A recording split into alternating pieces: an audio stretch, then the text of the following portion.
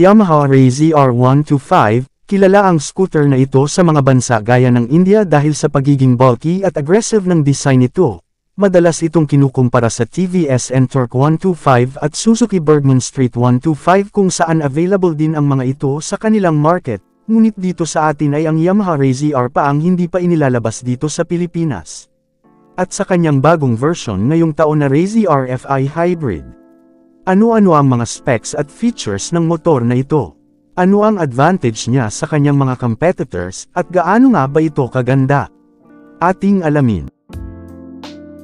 Bago natin simulan ay kung bago ka pa lamang sa ating munting channel ay huwag kalimutang mag-subscribe at pindutin na rin ang notification bell para lagi kang updated sa tuwing may bago tayong upload. Umpisahan na natin. Ang Yamaha Razzie R125 ay merong 4-stroke, 2-valve, single-cylinder, single overhead cam, air-cooled, fuel-injected at equipped ng Blue-Core hybrid technology na nagbibigay ng max power na 8.2 PS at 10.3 Nm of torque. Compression ratio na 10.2:1. Bore and stroke na 52.4 by 57.9 mm. At may fuel consumption na aabot sa 48 to 52 km per liter. Sa kanya namang dimensions ay meron itong weight na 99 kg, seat height na 785 mm, wheelbase na 1,280 mm. Ground clearance na 145 mm at may fuel tank capacity na 5.2 liters. Sa itsura nito ay makikita na agad ang bulkiness ng kanyang overall design at sinabayan pa ng ganyang matte finish na paint job at absence ng sticker decals para elegant pa ring tignan. Bumagay din ang kanyang 12-inch alloy wheels na may malalapad na gulong para stable sa kalsada.